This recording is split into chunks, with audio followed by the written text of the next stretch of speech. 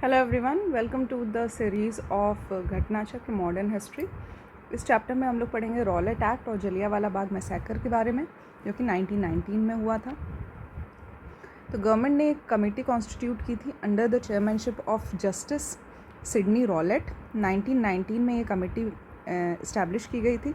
इसका ऑब्जेक्टिव ये था कि जो भी बढ़ रही हैं रिवॉल्यूशनरी एक्टिविटीज़ जो थी, जो एंटी ब्रिटिश थी, उनके अगेंस्ट उनको कैसे रोका जाए, उनको सप्रेस कैसे किया जाए, इसके लिए ये कमेटी का गठन किया गया था। और 1917 के बाद इन्होंने अपनी रिपोर्ट प्रेजेंट की थी 1919 में। तो 1919 में एक एक्ट पास किया गया जिसको रॉलेट एक्ट के नाम से जाना जाता है। इसमें ये एम्पावर किया गया था जो भी डिस्ट्रिक्ट मजिस्ट्रेट हुआ करते थे, अथॉरिटिव पावर हुआ करती थी उस एरिया की। उनको ये पावर था कि आप अरेस्ट कर लीजिए किसी को किसी भी समय और उनको जेल में डाल सकते हैं आप बिना किसी ट्रायल के।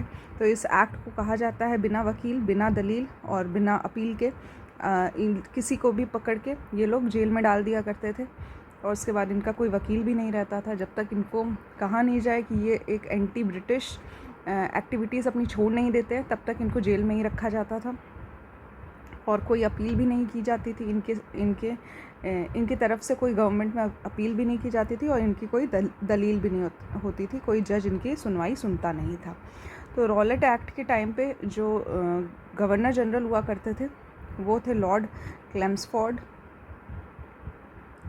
Gandhi ji use 3 stages Home Rule League, Khilafat and Satyagraha Sabha for his Rowlatt Satyagraha. तो गांधी जी ने इसका अपोज किया और इन्होंने 3 मंच को, इसमें 3 जो मंच थे वहाँ से संबोधन किया, एक होम रूल लीग का, एक खिलाफत और सत्याग्रह सभा का। ये रॉलेट एक्ट के खिलाफ इन्होंने संबोधन किया। पहला बोल्ड स्टेप जो था गांधी जी ने उठाया था ऑल इंडिया पॉलिटिक्स में, वो रॉलेट सत्याग्रह था। इसके अगेंस्ट इन्होंने सत्याग्रह करना शुरू किया। ये 13 अप्रैल 1919 में एक मीटिंग बुलाई गई थी। 2 पॉपुलर लीडर्स हुआ करते थे पंजाब के, एक थे डॉक्टर सैफुद्दीन किचलू और एक थे डॉक्टर सत्यपाल। इन दोनों लोगों ने एक बैठक बुलाई यही रॉलेट सत्याग्रह के को प्रमोट करने के लिए पंजाब में। तो ये जो मीटिंग हो रही थी ये जलियांवाला बाग अमृतसर में हो रही थी प्रमोशन के लिए रॉलेट सत्याग्रह को। और इस दिन बैसाखी का दिन हुआ था, उस टाइम पे बैसाखी का दिन था। इस सभा को अपोज़ किया गया। वहाँ पे जो अथॉरिटेटिव पावर्स थी उन लोगों ने इस सभा को अपोज़ किया और जनरल R.E.H. डायर, ठीक है, तो रेगिनाल्ड एडवर्ड हैरी डायर, ठीक है, H. डायर नाम से ये फेमस हैं, H. डायर ने ऑर्डर किया कि जितने भी निहत्थे लोग हैं वहाँ पे और जो पीसफुली एक अपनी असेंबली कर रहे थे, एंटी ब्रिटिश थे बट स्टिल वो पीसफुली थे, अनआर्म्ड थे, लेकिन उन लोगों को, सभी लोगों को हत्या कर दी गई। वहाँ पे गोलियाँ चलाई गई और सबको मार दिया गया। और जो बचे हुए लोग थे वो आसपास जो कुआं था उसमें कूद गए और आप अपनी जान बचाने के लिए एक भगदड़ सी मच गई थी वहाँ पे। और इसी वजह से काफ़ी लोगों की वहाँ पे डेथ हो गई थी। ये जो हत्याकांड हुआ था इससे पूरा देश कहीं हिल सा गया था। और रविंद्रनाथ टैगोर जी जो थे, बंगाल के बहुत इंपॉर्टेंट पर्सनालिटी थे, इन्होंने अपना नाइटहुड का टाइटल जो इनको दिया गया था ब्रिटिश गवर्नमेंट के द्वारा, इन्होंने ये छोड़ दिया ये टाइटल। शंकरन नायर जो थे उस टाइम पे ये वॉइस रॉय के काउंसिल के मेंबर हुआ करते थे, इन्होंने यहाँ से रिज़ाइन कर दिया। तो शंकरन नायर जो थे इन्होंने रिज़ाइन कर दिया था वॉइस रॉय के काउंसिल से इस हत्याकांड के अगेंस्ट प्रोटेस्ट करने के लिए। ब्रिटिश गवर्नमेंट के द्वारा एक कमेटी बनाई गई थी, हंटर कमीशन। तो हंटर कमीशन जो थे वो इंक्वायरी कर रहा था जलियांवाला बाग हत्याकांड में क्या क्या इंसिडेंसेस हुए, क्यों ऐसा किया गया H. डायर के द्वारा। इस सब के लिए एक कमीशन बनाई गई, हंटर कमीशन। इस कमीशन में कुछ इंडियन मेंबर्स भी थे जैसे कि C.H. सीतलवाड़, पंडित जगत नारायण और सुल्तान अहमद खान। तो ये सभी जो थे ये इंडियन मेंबर्स थे, बाकी सब ब्रिटिशर्स थे। इन लोगों ने 1920 में अपनी रिपोर्ट सबमिट की और इसके लिए इन्होंने कहा कि सरकार जो है वो कहीं से भी गिल्टी नहीं है। तो सरकार को यानी कि H. डायर को बाइज्जत बरी कर दिया गया था केस से। और इसलिए लोगों में इसके लिए काफ़ी गुस्सा था, लोगों ने इसका विरोध किया कि एक कमेटी आपने बनाई, लेकिन फिर भी एच डायर पे कोई भी स्ट्रिक्ट एक्शन नहीं लिया गया था। ठीक है, तो यहाँ से इम्पॉर्टेंट हो जाता है हंटर कमीशन। एक हंटर कमीशन जो है वो एजुकेशन से रिलेटेड भी है, तो इसलिए कंफ्यूज नहीं होना है कि हंटर कमीशन एजुकेशन वाला एक अलग है, अलग बॉडी है, और हंटर कमीशन जो है जलियांवाला बाग हत्याकांड के लिए ये अलग बॉडी हुआ करती थी। तो 2 हंटर कमीशन आपको याद रखना है। ठीक है, तो ये पर्सन्स जो हैं जो इस कमेटी में हुआ करते थे, हंटर कमीशन में जो 3 इंडियन मेंबर्स थे, इनके नाम भी इम्पॉर्टेंट हो जाते हैं। तो इस कमीशन की रिपोर्ट में ये कहा गया था कि जो मार्शल लॉ है वो बताता है कि ये कंपलसरी है, अगर कहीं पे भी आप देखते हैं कि कानून व्यवस्था से ऊपर जाके आप गैदरिंग करते हैं, जहाँ पे आप कुछ एंटी ब्रिटिश एक्टिविटीज़ करते हैं, तो मार्शल लॉ के हिसाब से ये कंपलसरी हो जाता है कि आप इन पे गोलियां चला दीजिए, ओपन फायर हो जाए। ठीक है, also this commission said that incidence was just an error in judgement by Dyer.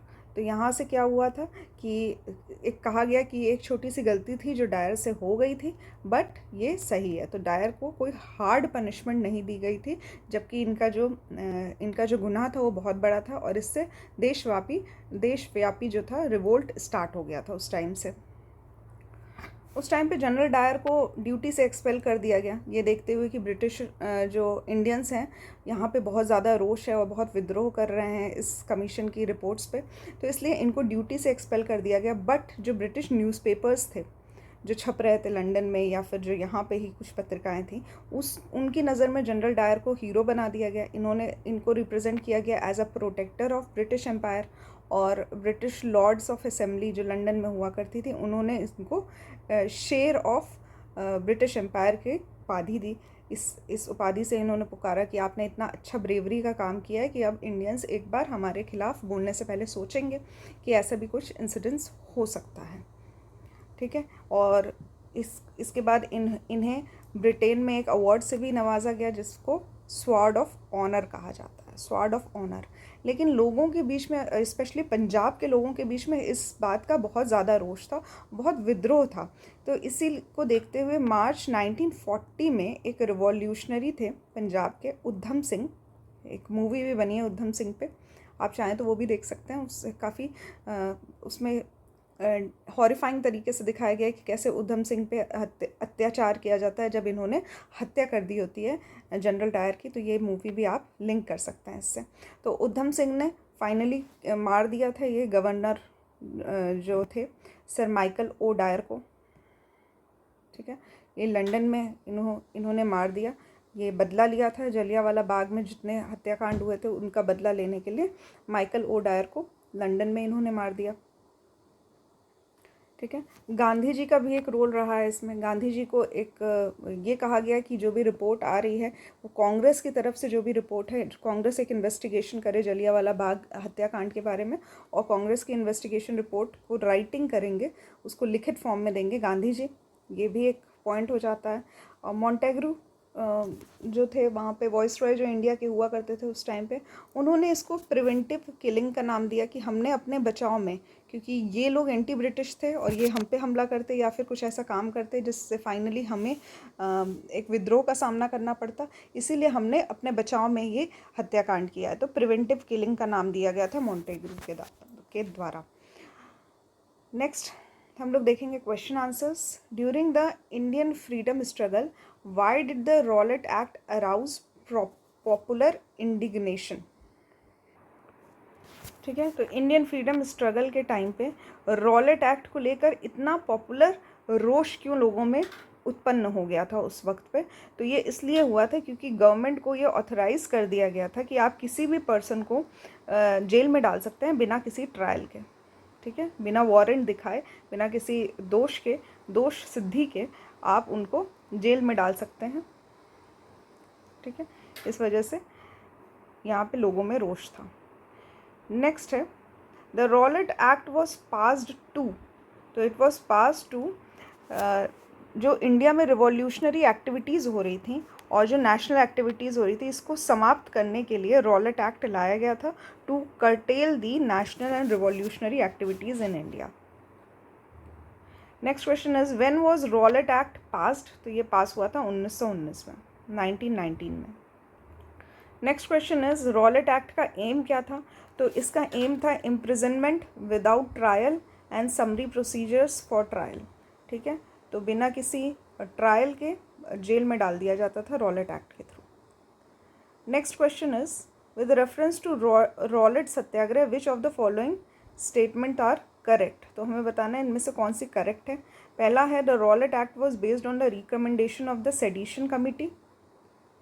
तो राष्ट्र विरोधी जो कमेटी बनाई गई थी, रॉलेट कमेटी जो बनाई गई थी, उनके रिकमेंडेशन पे रॉलेट एक्ट लाया गया था, ये सही है। दूसरा है Rowlatt Satyagraha Gandhi ji tried to utilise the Home Rule league.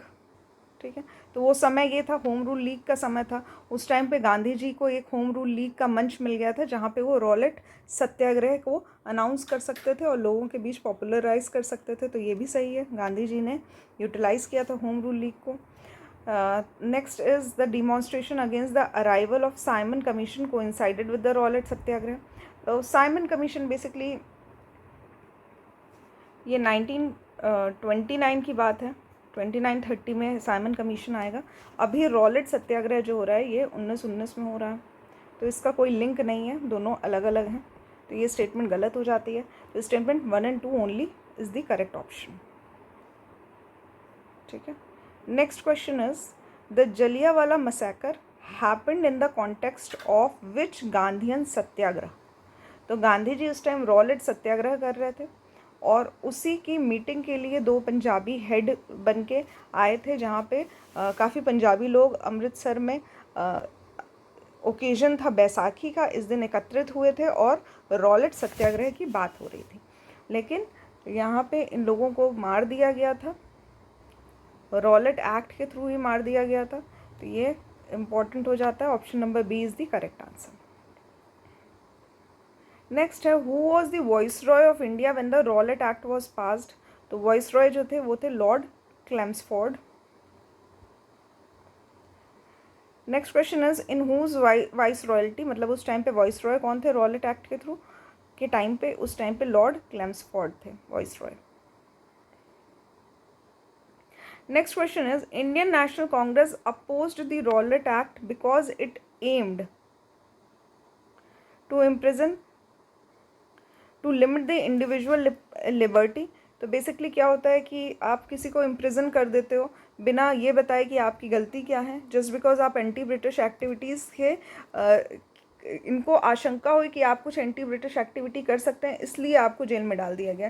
तो ये जो थी ये एक इंडिविजुअल की जो भी लिबर्टी थी उसको हार्म कर रही थी और उसको लिमिट कर रही थी कि अब लोग बोलने से पहले डरेंगे, लोग गैदर होने से पहले डरेंगे, इसलिए करेक्ट ऑप्शन हो जाएगा to limit the individual liberty, क्योंकि बिना किसी वकील के, बिना किसी दलील के आपको जेल में डाल दिया जाएगा और बिना किसी ट्रायल के। ठीक है, तो ट्रायल के बिना इम्प्रिजनमेंट होती थी, यही रॉलेट एक्ट था। Next question is the first venture of Gandhi ji in all India politics was. तो अभी तक जो गांधी जी जो थे इनका चंपारण सत्याग्रह हो रहा था, खेड़ा सत्याग्रह हो रहा था, एक्सेट्रा, तो अभी तक ये पॉलिटिक्स, मेन पॉलिटिक्स में नहीं आए थे। पॉलिटिक्स में आने की जो शुरुआत हुई थी वो रॉलेट सत्याग्रह से हुई थी। ठीक है, अभी तक ये किसानों की मदद कर रहे थे, इधर उधर मिल के जो मेंबर्स थे, ट्रेड यूनियन थे, उनकी मदद कर रहे थे, बट इंडिया की पॉलिटिक्स को इफेक्ट करने वाला जो सत्याग्रह था इनका वो था रॉलेट सत्याग्रह 1919, जहाँ पे इन्होंने होम रूल लीग का मंच इस्तेमाल किया था। ठीक है, तो अभी तक चंपारण का किसान मूवमेंट या अहमदाबाद का मिल वर्कर का मूवमेंट या खेड़ा के किसानों का मूवमेंट ही चल रहा था, बट 1919 में इन्होंने एक पॉलिटिकल वेंचर स्टार्ट कर दिया अपना रॉलेट एक्ट के through. Next question is who suggested launching of no tax campaign? No tax campaign as a protest against Rowlatt Act. तो रॉलेट एक्ट के अगेंस्ट इन्होंने ये प्रोटेस्ट शुरू किया कि हम कोई भी टैक्स नहीं देंगे। तो ये प्रोटेस्ट जो शुरू किया गया था ये स्वामी श्रद्धानंद के द्वारा शुरू किया गया था। ठीक है, तो इन्होंने बताया कि ये जो रॉलेट एक्ट है ये एक काला कानून है और हमें इसका विरोध करना चाहिए, क्योंकि ब्रिटिश तो कभी भी हम लोगों को अरेस्ट कर सकते हैं, कभी भी जेल में डाल सकते हैं, सिर्फ आशंका होने पे कि हम एंटी ब्रिटिश हो रहे हैं। इसीलिए स्वामी श्रद्धानंद ने एक मूवमेंट स्टार्ट किया कि हम लोग कोई भी लगान नहीं देंगे, कोई भी टैक्स नहीं देंगे। Next question is the Anarchical and Revolutionary Crime Act 1919 was popularly known as, तो ये हो जाएगा Rowlatt Act. Next question is which important event immediately preceded Jallianwala Bagh massacre? ठीक है, तो जलियांवाला बाग कांड से पहले, हत्याकांड से पहले, जस्ट पहले ही जो एक इमीडिएट एक्शन लिया गया था ब्रिटिश गवर्नमेंट के द्वारा, वो था रॉलेट एक्ट का पास होना। तो 1919 में ये एक्ट पास हुआ था, मार्च 1919 में, और अप्रैल 1919 में ये घटना हुई थी जलियांवाला बाग की। ठीक है, तो मार्च 1919 में ये पास हुआ और 6 अप्रैल को ये घटना हुई थी। 6 अप्रैल से गांधी जी ने प्रोटेस्ट करना स्टार्ट किया था और 13 अप्रैल 1919 को ये घटना हुई थी जलियांवाला बाग हत्याकांड की। नेक्स्ट क्वेश्चन है the year 1919 in Indian history is related to, तो 1919 का जो ईयर है इंडियन हिस्ट्री के लिए, ये 2 कारणों से जाना जाता है, एक रॉलेट एक्ट और दूसरा जलियांवाला बाग हत्याकांड की जो ट्रेजेडी हुई थी। जलियांवाला बाग हत्याकांड कौन से शहर में हुआ था? तो ये हुआ था अमृतसर में। Next question is during the Indian freedom struggle a large unarmed crowd gathered in Jallianwala Bagh at Amritsar on 13 April 1919 to protest against the arrest of. ठीक है, तो करेक्ट आंसर हो जाएगा डॉक्टर सैफुद्दीन किचलू और डॉक्टर सत्यपाल। इन लोगों के अरेस्ट के अगेंस्ट ये जो एक्ट था ये पास, ये जो गैदरिंग थी ये हो रही थी और बैसाखी का दिन था और इन लोगों पे गोलियां चला दी गई थी। Next question is why did people gather to demonstrate at Jallianwala Bagh? तो ये लोग प्रोटेस्ट कर रहे थे against the arrest of doctor Satyapal and doctor Kitchlew. ठीक है, तो 2 व्यक्ति हैं, डॉक्टर सत्यपाल और doctor Kitchlew. Next question is the person who returned his honor to the Indian government on May 30, 1919, तो ये रविंद्रनाथ टैगोर जी को नाइटहुड का टाइटल दिया गया था ब्रिटिशर्स के द्वारा, उन्होंने इसको रिटर्न कर दिया जलियांवाला बाग हत्याकांड के विरोध में। Next question is Rabindranath Tagore को नोबेल प्राइज कौन से ईयर में दिया गया था? तो ये 1913 में दिया गया था, 1913 में, और इनके लिटरेरी वर्क के लिए, लिटरेचर के लिए इनको नोबेल प्राइज़ दिया था, लिटरेचर के लिए। ठीक है, next question is the name of famous person of India who return the knighthood conferred on him by the British government as a token of protest against the atrocities in Punjab in 1919। तो जलियांवाला हत्याकांड जो हुआ था उसको protest करने के लिए कौन से पर्सन है जिन्होंने नाइटहुड का टाइटल दे दिया था? तो ये हम लोगों ने अभी पढ़ा है, ये थे रविंद्रनाथ टैगोर। करेक्ट आंसर हो जाएगा रविंद्रनाथ टैगोर। नेक्स्ट क्वेश्चन है, यहाँ पे स्टेटमेंट दिया हुआ है और रीज़न दिया हुआ है। तो स्टेटमेंट है रविंद्रनाथ टैगोर ने अपने नाइटहुड की टाइटल जो थी वो त्याग दिया था, renounce the knighthood title because he wanted to participate in non cooperation movement. तो नॉन कोऑपरेशन मूवमेंट के टाइम पे नहीं, इन्होंने पार्टिसिपेट किया था जलियांवाला बाग जो हत्याकांड हुआ था उसके प्रोटेस्ट में, तब इन्होंने अपने नाइटहुड का टाइटल त्याग दिया था। तो रीज़न जो हो जाता है वो हमारा गलत हो जाता है और असर्शन हमारा स्टेटमेंट जो है वो सही है, तो हो जाएगा option number C. Next question is who resign from the membership of viceroy executive council as a protest against Jallianwala Bagh massacre? तो ये शंकरन नायर जो थे, शंकरन नायर, इन्होंने जलियांवाला बाग हत्याकांड को प्रोटेस्ट करने के लिए वॉइसरॉय के एग्जीक्यूटिव काउंसिल से रिजाइन दे दिया था। Next question is Who among the following had resigned from the Viceroy Executive Council protesting Jallianwala Bagh massacre? तो ये हो जाएगा सर शंकर नायर। तो कहीं लिखा है शंकर नायर और कहीं शंकरन नायर लिखा है, तो कंफ्यूज मत होइएगा, दोनों नाम सेम है।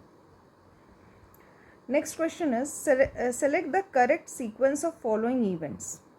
ठीक है, तो ये इवेंट्स कुछ हैं जैसे कि Jallianwala Bagh massacre, doctor Satyapal incarceration, Amritsar Congress session 1919। ठीक है, तो यहाँ पे डॉक्टर सत्यपाल और डॉक्टर किचलू को अरेस्ट कर लिया गया था, जिसका प्रोटेस्ट करने के लिए जलियांवाला बाग में लोग एकत्रित हुए थे और यहाँ पे जनरल डायर द्वारा इन लोगों की हत्या कर दी गई थी। तो सेकंड फर्स्ट ये सीक्वेंस सही हो जाता। और इन हत्याकांड के प्रोटेस्ट में करना क्या है, किस तरह से लोगों की मदद की जाए, इसके लिए अमृतसर का कांग्रेस सेशन किया गया था 1919 में। ठीक है, तो करेक्ट सीक्वेंस हो जाता है 2, 1 और 3, ऑप्शन नंबर ए। ठीक है, तो यहाँ पे सैफुद्दीन किचलू और डॉक्टर सत्यपाल अरेस्ट हुए थे 9 अप्रैल को। 13 अप्रैल को जलियांवाला बाग में हत्याकांड किया गया था और अमृतसर का सेशन हुआ था कांग्रेस का, ये दिसंबर 1919 में हुआ था। The Hunter committee was appointed after, तो हंटर कमेटी जो अपॉइंट हुई थी वो हुई थी जलियांवाला बाग हत्याकांड के जांच के लिए।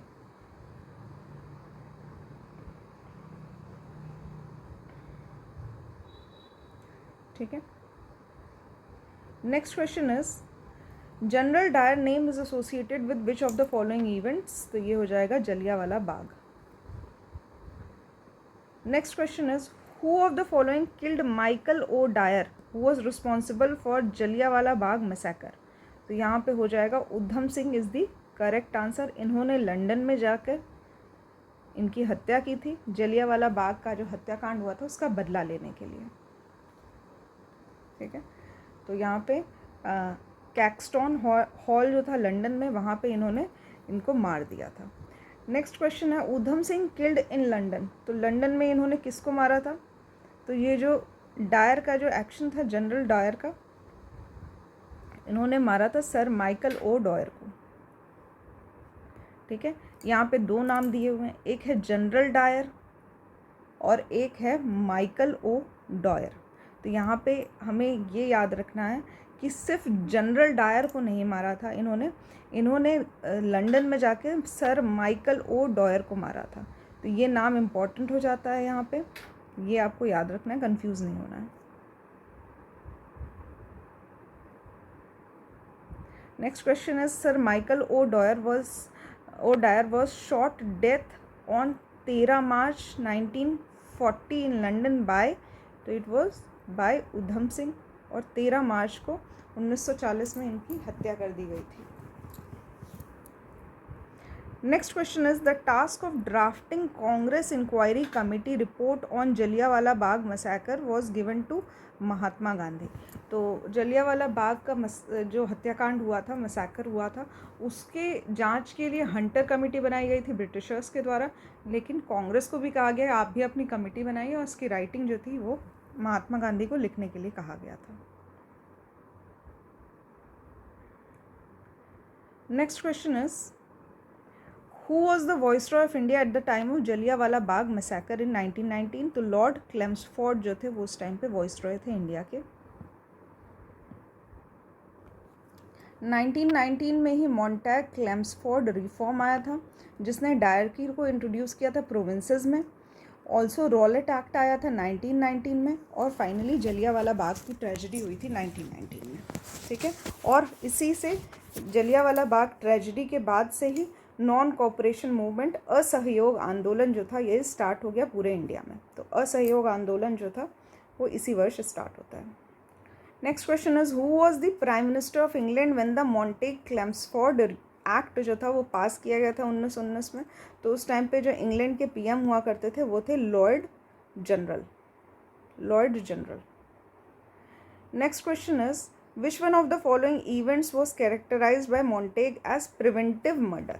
ठीक है, तो हमने अपने बचाव में लोगों की हत्या की, ऐसा कहा गया था मॉन्टेग के द्वारा ड्यूरिंग जलियांवाला बाग हत्याकांड। Next question is which one of the following aroused a wave of popular indignation that led to the massacre by the British और जलियांवाला बाग। तो एक पॉपुलर रोष था लोगों के अंदर, तो जिसके अंत में फाइनली जलियांवाला बाग का हत्याकांड हुआ था। तो ये रोष था, ये रॉलेट एक्ट के अगेंस्ट था, क्योंकि इसके थ्रू 2 लोगों को अरेस्ट कर लिया गया था, डॉक्टर किचलू और डॉक्टर सत्यपाल को।